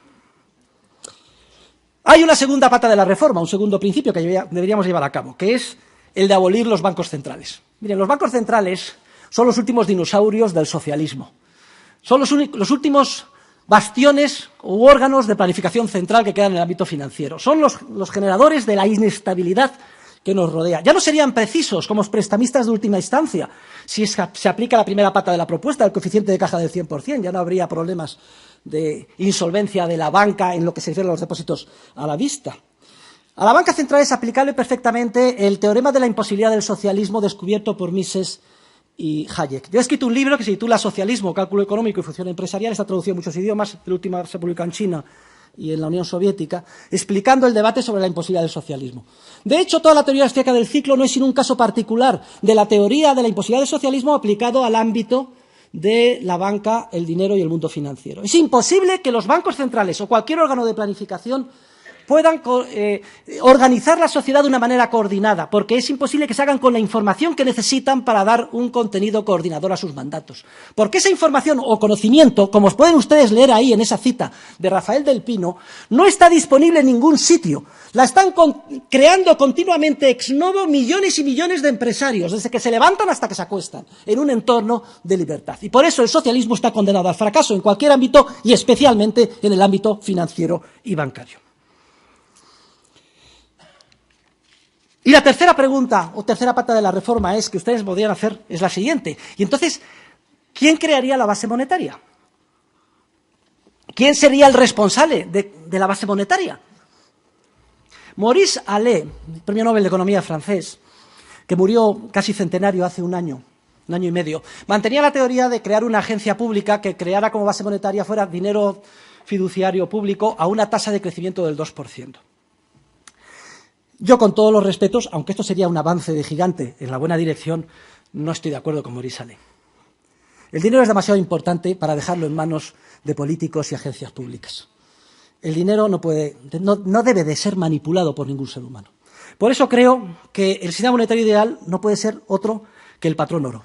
La gran ventaja del oro, del patrón oro clásico, es que no es manipulable, que para sacar una pepita tienes que cavar durante 2 kilómetros bajo tierra, unos negritos, y sacar una pepita con mucho esfuerzo. Esa es la gran ventaja del oro. El patrón oro no fracasó, como leemos en los libros de texto. Fue deliberadamente eliminado por los políticos porque les suponía un corsé para todas sus políticas de compra de votos, clientelismo político, demagogia, subvenciones, etcétera. Hoy todos los que critican al euro, si repasamos los argumentos, son exactamente los mismos que los que se utilizaron para justificar el abandono del patrón oro en los años 30 del siglo pasado. Aquí también, por lo menos en Europa, vamos en la buena dirección, porque el euro está actuando, siquiera de forma imperfecta, como un proxy del patrón oro, disciplinando a los políticos. Cualquier error inmediatamente se traduce en pérdidas de competitividad y se pone de manifiesto.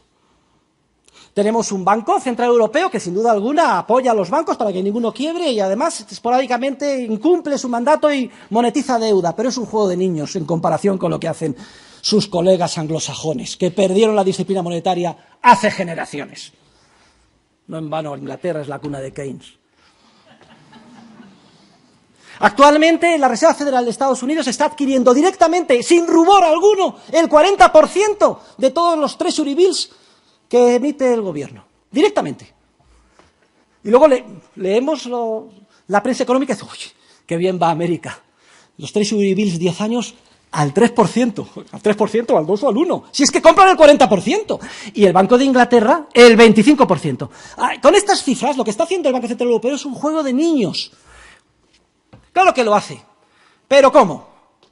A regañadientes, dejándose querer. A ver, que llaman de España que hay que comprar, Draghi. Que no estoy, que me llame dentro de mañana. Una cumbre, 24 países se ponen de acuerdo. Eso es maravilloso, porque mientras tanto estamos al borde de la suspensión de pagos. Y además ha habido un haircut, miren, como el que me he hecho yo hoy para estar guapo aquí.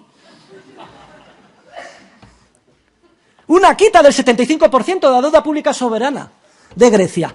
Maravilloso, porque si ha pasado con Grecia puede pasar mañana con España. Ningún político en España tomará ninguna medida como no se vea literalmente obligado a hacerlo. Y el Banco Central Europeo es el que lo está dosificando. Es cierto que nos la podemos jugar, que puede ganar Hollande, que a pesar de que gane,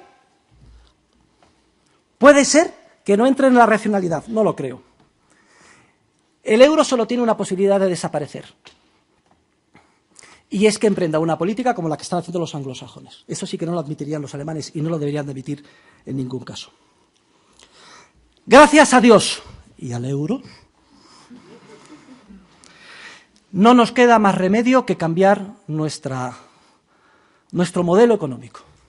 De una economía maníaco-depresiva, insostenible, basada en la expansión crediticia, tenemos que pasar a una economía fría, relativamente fría, flexible y sostenible, basada en la competitividad.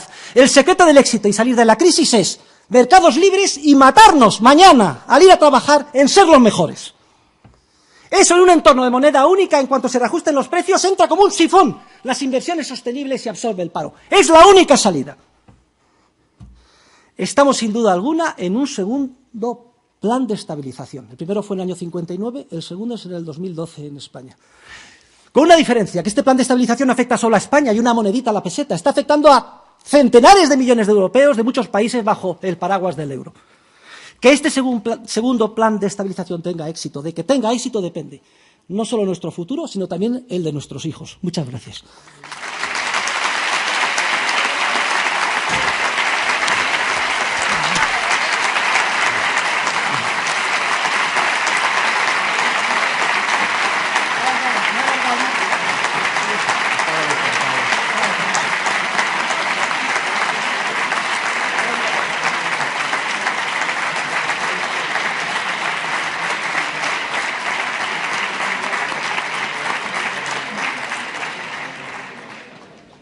Bueno, profesor Huerta de Soto, muchísimas gracias por esta efervescente, brillante e ilustrada conferencia.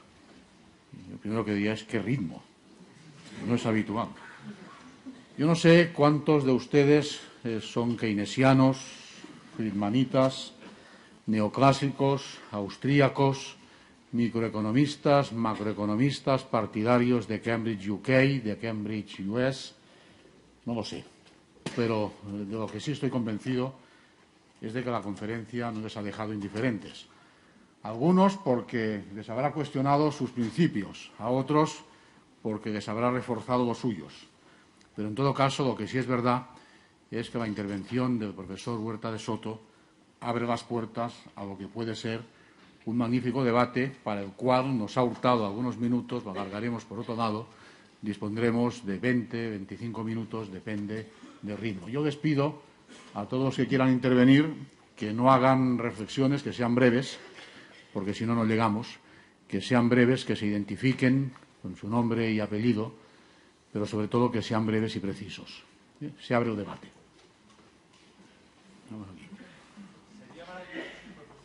No, espera un momento que le pasan un micro. ¿Podría, por favor, profesor Huerta de Soto, dar algún ejemplo histórico de una política monetaria contractiva y de una política fiscal contractiva y de bajadas de impuestos que hayan acelerado la recuperación? Gracias. Oye, muchas gracias por la brevedad. Ha sido la pregunta más breve que hemos oído en varios años y una de las más interesantes. Gracias. Cuidado con... Cuidado con lo de acelerar la recuperación. Cuidado, que ya está sesgada la pregunta con visos keynesianos. Vamos a ver. Nadie niega que se pueda absorber el paro de forma inmediata mañana. Lo que pasa es que esa absorción de paro no es sostenible. Usted puede, con gasto público, colocar a todos los parados, pero si luego ellos, cuando gastan el dinero y en general todos los agentes económicos, no sostienen esa estructura productiva artificialmente, lo que ha hecho es posponer el problema a costa de hacerlo más grave. Milton Friedman y Anna Schwartz tienen un libro nefasto que se titula Monetary History of the United States. No me da tiempo de explicar a ustedes porque es nefasto. Pero una de las cosas curiosas que dicen es que están sorprendidísimos, que hay un periodo de la historia, usted me ha preguntado, yo le contesto, desde el fin de la Guerra Civil Norteamericana, 1865, 20 años, donde con política contractiva y deflación continua cada año hay el mayor crecimiento en términos porcentuales de la historia en Estados Unidos. Añaden ellos, ningún modelo económico que conozcamos acierta a explicar esta paradoja. No saben teoría del capital, tampoco se le puede pedir peras al olmo. Mire, soy José Villacís, el único discípulo vivo de Germán Bernácer, creador de la macroeconomía en el año 1916.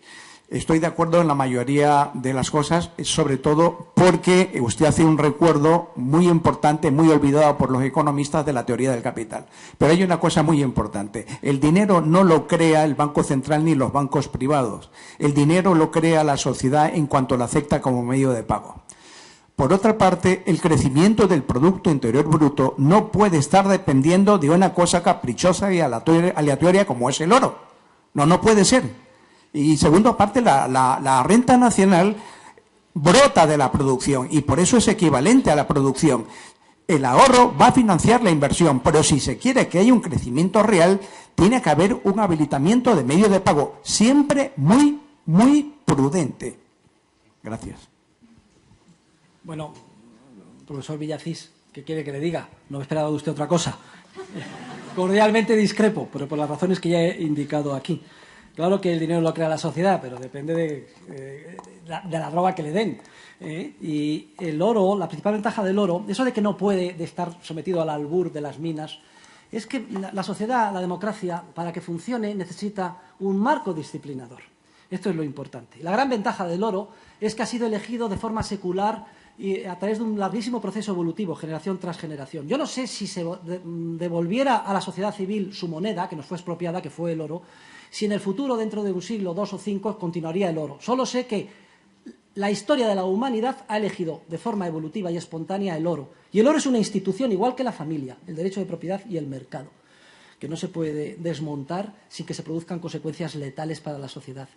Y entre esas consecuencias yo interpreto que está la que estamos sufriendo ahora. De todas formas, tiene todos mis respetos y mi máxima simpatía el máximo experto en Bernácer en España. Buenas tardes, don Jesús. Soy Juan Manuel López Zafra, profesor de CUNEF. A este lado. Y actuario de seguros, como usted. Yo no... Tengo una duda que me ha surgido y es como que ya la conocía, pero quiero conocer su respuesta. Usted es actuario, dirige una empresa de seguros y acaba de negar la posibilidad de gestión del riesgo. Me resulta extraño cuando un actuario es gestor de riesgos, por definición. Le agradecería una aclaración, por favor. Gracias. Bien, es que si alguien tiene que entender perfectamente la distinción entre riesgo e incertidumbre son los actuarios. hay que separar el mundo de la ciencia natural del mundo de la acción humana. Nosotros podemos desarrollar una tabla de mortalidad que de manera muy precisa nos indique el número de fallecidos por cada 1000 personas para cada edad. Y además de manera muy aproximada al número de accidentes de tráfico o casas que se van a incendiar. Pero el mundo de la inversión, el mundo de la empresa, de gestionar cualquier empresa, incluyendo una empresa aseguradora, está fuera de lo que es modelizable en términos matemáticos con el paradigma del riesgo, y entramos de lleno en lo que es el concepto de incertidumbre, en el que cada resultado dependerá de la acción empresarial tomada. Los seres humanos hemos encontrado una manera de enfrentarnos a la incertidumbre, pero no es a través de los modelos matemáticos del riesgo en Solvencia II. Solo nos podemos enfrentar a la incertidumbre de dos maneras: mediante las instituciones, comportamiento institucional, ese marco que nos disciplina. Entre ellos, en las instituciones está el derecho, la moral, que quedamos a las 9 y vamos a las 9, etcétera. Si se corrompen las instituciones, la incertidumbre se multiplica y no podemos actuar. Y la segunda pata que nos permite enfrentarnos a la incertidumbre es la perspicacia empresarial, porque tendemos a lograr aquello que nos proponemos empresarialmente. No hay garantía, pero si dedicamos todo nuestro ser a sacar adelante una empresa, lo más probable es que la empresa salga adelante. Si dedicamos todo nuestro ser a conquistar a una mujer, lo más posiblemente la conquistemos, y si no, esa, una muy parecida. Y así. Función empresarial e instituciones es lo único que permite hacer frente a la incertidumbre. La gran tragedia en Solvencia II y Basilea III es que todas las instituciones que tradicionalmente han sido probadas y han permitido la solvencia del sector asegurador, una tras otra han sido eliminadas y se pretende sustituirlas con una gestión científica del riesgo, que lo único que va a hacer es disminuir la solvencia y producir confusión en el mercado y poner en riesgo, iba a decir en incertidumbre, el mercado asegurador. A mí me parece un tema letal y clave. Lo que pasa es que es un tema quizá de una importancia demasiado personal para nosotros. Por cierto, que hay distinguidos economistas que han tenido conexión con compañías de seguros de vida. Y una de las cosas en las que coincido con Keynes, muy a mi pesar, es que Keynes también fue presidente de una compañía de seguros de vida, la National Mutual Life Assurance Society. Incumplió todas las instituciones habidas y por haber. Introdujo el sistema de contabilización a precios de mercado, Fair Market Value, una cosa letal, no me ha dado tiempo de hablar de ello, pero ha sido de lo más perjudicial en este ciclo. Distribuyó participación en beneficios no realizada, y cuando llegó la Gran Depresión quebró su empresa y lo echaron de presidente. Yo espero que el sino de mi compañía de seguros sea otro muy distinto. Buenas tardes, profesor Huerta. Soy María Blanco, profesora del máster que usted dirige y además profesora de la Universidad de San Pablo CEU. Tal vez me voy a apartar un poco del tema de la conferencia de hoy, que no me ha sorprendido. Lo que sí me ha sorprendido es la cantidad de gente que he visto en el auditorio Rafael del Pino, que han tenido que abrir, por lo visto, salas extras, de la cantidad de gente que hay. Y esto es lo que avala mi pregunta. A raíz del premio concedido a Juan Ramón Rayo, a quien usted conoce tan bien, el premio concedido como investigador menor de 40 años por la Comunidad de Madrid, se ha abierto una serie de ataques sistemáticos hacia la escuela austríaca por parte de determinados economistas de FEDEA y otros analistas que tachan a la escuela austríaca, que usted es representante en España y publica, etcétera, de ser poco sistemática, poco científica, no estar en los circuitos habituales y ser una cosa de dinosaurios y minorías que no tienen nada de científico. Y me gustaría saber su opinión, aunque la sospecho. Bueno, mis distinguidos colegas, ha cambiado mucho las cosas porque, vamos a ver, cuando yo decidí iniciar mi carrera académica tenía dos posibilidades. O mentir, no decir lo que creía y lo que había estudiado y lo que pensaba que era la verdad científica y sacar las oposiciones, o llevar la contra a mis 5 catedráticos que me juzgaban, y opté por la segunda. Fíjense ustedes, al final me dieron la cátedra. O sea, que las cosas van cambiando poco a poco. Esta reacción era de esperar, porque ven amenazado el capital humano que tienen invertido. Los profesores enseñamos lo que sabemos, y si una persona ha dedicado toda su vida a aprender equilibrio general, matemáticas, Keynes o economía monetarista, pues pobrecillo, lo que le estamos diciendo es que es una mala inversión, que ha destrozado su vida, en pocas palabras. No tiene más remedio que defenderse. Pero esto son cuestiones anecdóticas y de tipo personal. Yo he tenido suerte y ellos son unos desgraciados. ¿Qué quiere que le diga? Respecto de Juan Ramón Rayo, mi dilecto, yo tengo 5, y una de las cosas de las que estoy más satisfecho es de haber creado escuela en España, que es algo muy difícil. Y tengo 5 profesores que son una joya. 2 de ellos extranjeros. Philippe Bagus, aquí presente, vino un día, yo me sorprendí mucho, a mi despacho y dijo: profesor, con un castellano horrible, no sabía hablar español, yo quiero ser profesor de economía en Alemania y hacer doctorado con usted. Fíjense qué disciplinados son los alemanes. A los 3 meses ya hablaba perfectamente español, hizo el doctorado conmigo y está dando clases en la Universidad Rey Juan Carlos. De algo tiene que servir estar en la Unión Europea, no podemos discriminar, uno de nuestros profesores más brillantes. Luego tengo un canadiense, Dave Howden, otro genio. Este vino de Canadá, no está en la Unión Europea, pero también está doctor conmigo y dando clases en España. Y 3 profesores españoles, el más brillante de los cuales, junto con el profesor Miguel Ángel Alonso Neira y el profesor Gabriel Calzada, que es el presidente del Instituto Juan de Mariana, que acaban de nombrar rector de la Universidad Francisco Marroquín, es el citado Juan Ramón Rayo, que acaba de publicar un libro que se titula Los errores de la vieja ciencia económica, parangoneando el título del libro de Hazlitt, Los errores de la nueva ciencia económica, criticando página por página la teoría general de Keynes, y que es una joya. Le acaba de conceder la Comunidad de Madrid.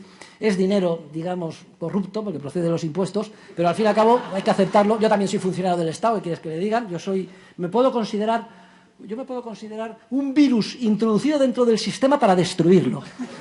Con lo cual, no es de extrañar que aquellos que vienen del sistema pues nos quieran atacar, ¿no?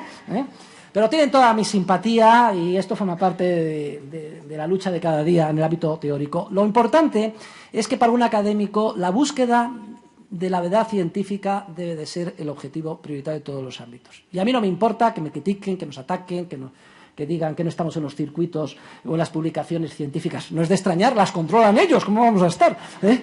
No me importa, porque lo único que tiene que centrar a cualquier investigador es la búsqueda de la verdad científica. Y aquí la evolución de los acontecimientos va a nuestro favor, porque los chicos jóvenes que llegan a la universidad todavía no están corrompidos, todavía no tienen capital mal invertido, solo buscan, tan frescos, la verdad científica.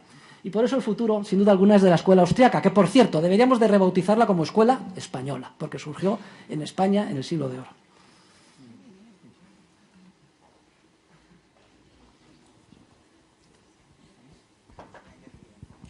Sí, profesor, yo quería preguntarle, en un entorno de manipulación universal de los tipos de interés, ¿cómo podemos los ciudadanos proteger el valor real de nuestros ahorros? Pues no será usted catalán, ¿no? Es que a mí, yo que estoy muchos consejos, los empresarios son gente muy práctica, siempre dicen, ¿qué hay que hacer para no perder o para forrarme? Y yo les contesto, yo no lo sé. Y si lo supiera, no se lo diría. ¿Por qué? Porque me aprovecharía de ese conocimiento empresarial, no yo sé tan tonto de decírselo. El teórico de la economía lo único que hace es estudiar teoría económica. No hay nada más práctico que una buena teoría, eso es cierto. A los empresarios de aquí yo les recomendaría que incorporen en su bagaje de conocimientos, en su caja de herramientas conceptual a la hora de tomar decisiones empresariales, el conocimiento de la escuela austríaca. Hay varios fondos de inversión y gestores, sobre todo Bestinver. Hace unos años de pronto veo que vienen a mi seminario unos señores muy raros, vestidos, y luego me entero que son los gestores de Bestinver. Y luego me entero que es que lanzan y venden como marketing, que gestionan las inversiones de acuerdo con lo que dice la escuela austríaca, el profesor Huerta de Soto. Y parece que son los números 1. Yo no sé cómo lo hacen, pero hable usted con ellos. A propósito, estos de Bestinver me tendrán que pagar una comisión muy grande después de la... Huerta de Soto. ¿Dónde está? Aquí. Ah, vale. Yo soy alumno de la Rey Juan Carlos, soy alumno de Juan Ramón Rayo y conozco más o menos su ideología de privatizarlo todo, y como usted acaba de decir que es un virus dentro del sistema, básicamente una termita dentro de lo que es la educación pública, yo quería que si me pudiese responder, porque yo creo que la economía es un medio para mejorar la vida de los ciudadanos y no un fin en sí mismo, si es justo que haya una educación, una sanidad, una ley de dependencia para los más necesitados, público, que se paga con impuestos de todos, y un sistema que es el estado de bienestar, que no es un socialismo, ojo, porque aquí también hay empresa privada, hay propiedad y hay libertad para adquirir bienes y servicios. Entonces yo quiero saber si usted defiende ese estado de bienestar, ese salario mínimo, esas cosas, en fin. Lolo, lo primero que quería darle es la enhorabuena porque por su valentía, porque además estoy estudiante en la universidad y además ha hecho una pregunta muy pertinente, porque su pregunta además es la que tiene la mayor parte de la gente. La contestación es muy sencilla. Miren, Manuel Jesús González escribió un libro que se titula Del estado del bienestar al bienestar con menos estado. O sea, el tema no es que estemos, no estemos de acuerdo en que tiene que haber sanidad, que tiene que haber carreteras, que tiene que haber pensiones, etcétera. El tema es totalmente distinto. Es, devolviendo la responsabilidad a la sociedad civil, ¿podemos tener mejores pensiones con el mismo coste que tenemos ahora? Este es un estudio de teoría económica, estrictamente. Y nosotros le dedicamos 2 semanas en el programa a estudiar que mediante el contracting out o el desenganche, pasando paulatinamente a lo largo de una generación a un sistema de capitalización, con el coste que actualmente pagan los trabajadores, que entre lo que pagan ellos y sus empresas supera el 35% de su salario, que es una barbaridad, pueden tener garantizadas pensiones mucho mayores y además sobrarles dinero para mejorar su nivel de vida. Luego, es un tema de medios, no de fines. Con sanidad. Miren, los funcionarios del Estado tenemos un privilegio que no tienen el resto de los españoles. Podemos elegir entre la pública y la privada. Yo entre ellos. ¿Saben ustedes cuántos funcionarios de los 2,5 millones eligen la privada? El 90%. ¿Por qué no damos esa opción al resto de los ciudadanos españoles? Que el que quiera se salga y se vaya a la sanidad privada, pague su coste y se le descuente de inmediato en la renta. Tendríamos un estado del bienestar mucho mayor. Porque es que lo que hay ahora es el caos. Es decir, es una ilusión de pensar que todo es gratis, la filosofía del gratis total. Nos tienen infantilizados los políticos. El ciudadano dice, tengo derecho a esto. Y luego se ha cortado el nexo entre la prestación y el coste. En términos de eficiencia, el coste es inmenso. Y los que salen perdiendo son aquellos más necesitados. Es precisamente porque tenemos que ayudar a los más necesitados por lo que tenemos que devolver la responsabilidad del bienestar a la sociedad civil.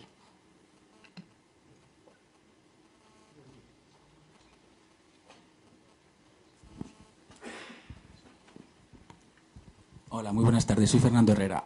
Enhorabuena por la excelente conferencia, don Jesús. Mi pregunta es una que llevo bastante tiempo con ganas de hacerle. Siempre acabamos proponiendo el patrón oro, siempre se acaba proponiendo el patrón oro. Y sin embargo, yo tengo la sensación de que eso es una punta de planificación central en las enseñanzas del profesor. Me llama la atención que, propugnando la libertad y la falta de regulación para la mayor parte de las actividades comerciales, en la más importante no dé la opción de la libertad y decida que el dinero tiene que ser el oro. ¿No sería mejor un sistema de libertad monetaria al patrón oro? Bueno, sí, es que si lee mi libro, lo que yo defiendo es la libertad de elección de moneda. Lo único que pasa es que como hay que dar un salto, hay que hacer un canje del sistema actual al nuevo, una vez consolidado al 100%, tenemos que elegir un patrón. Y entonces yo tengo detrás de mis espaldas 2000 años de experiencia. Una vez reintroducido el patrón oro, que ha sido el dinero, repito, evolutiva, voluntariamente elegido por la humanidad, claro que no se va, o sea, lo que nunca he defendido que haya leyes de curso forzoso que obliguen a aceptar el oro como medio liberatorio, sino que se haga el canje y que luego a partir de ahí la gente decida. Efectivamente, que cualquier moneda privada puede proponerse. Lo único que pasa es que Mises, en la teoría del dinero y del crédito, desarrolla lo que llama el teorema regresivo del dinero y explica que es teóricamente imposible crear ex novo un nuevo patrón si no hay anclaje con el antiguo, porque los agentes económicos no son capaces de calcular el poder adquisitivo que va a tener el día de mañana. Y yo lo que quiero es salvar ese anclaje, pero a partir de ahí, como es lógico, total libertad en cuanto a la elección de moneda que se quiera. ¿Alguna pregunta más? Sí. Buenas tardes. Soy Manuela Mopeu y quiero decir que todos los días se habla de la crisis económica en España. Y usted, como muchos otros economistas, hablan de procedimientos para salir de la crisis. Ha hablado, por ejemplo, del libre mercado. Mi pregunta es, ¿qué esperan usted y sus colegas economistas para aplicar esos procedimientos y ayudar a España a salir de la crisis? Gracias. Yo es que... no sé si usted es alumna mía. Sí, distinguida alumna. Además, le regalé mi libro en francés, ¿no? El de la Harmattan. Sí. Es que el libro lo han traducido en Francia y lo están distribuyendo por todo el norte de África y la África francófona. Y me están llegando discípulos de los sitios más extraños.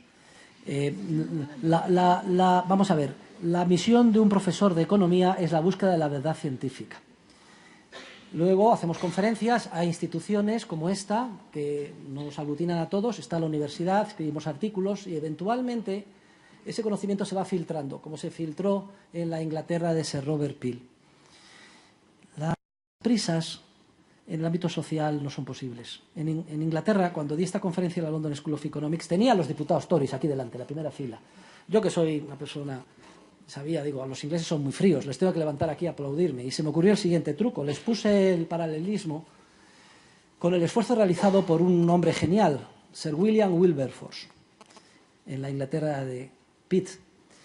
Tardó 25 años de constancia en el Parlamento hasta que se abolió el tráfico de esclavos. 25 años. Contra viento y marea. Los principales esclavistas eran los que estaban en el Parlamento, incluyendo el primo del rey. Vean ustedes, si no, la película histórica Amazing Grace. Se la recomiendo a todos ustedes. Véanla esta noche.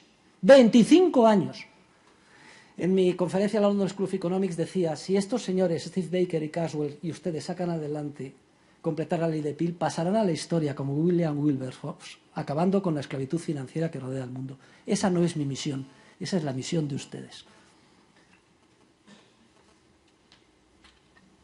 ¿Alguna pregunta más? Cierto, se pusieron todos de pie a aplaudirme, serán 600 y esto en Inglaterra es algo inusitado. ¿Alguna pregunta más? Sí, por favor.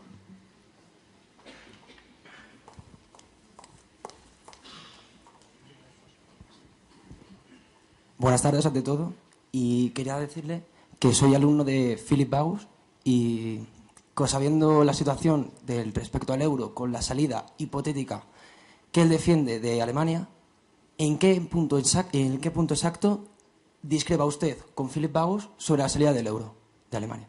Muchas gracias. Es una buena pregunta, Philip, porque no hemos debatido nunca, ¿eh? Philip Bagus ha escrito un libro que se titula The Tragedy of the Euro, que es un bestseller que se ha traducido a todos los idiomas.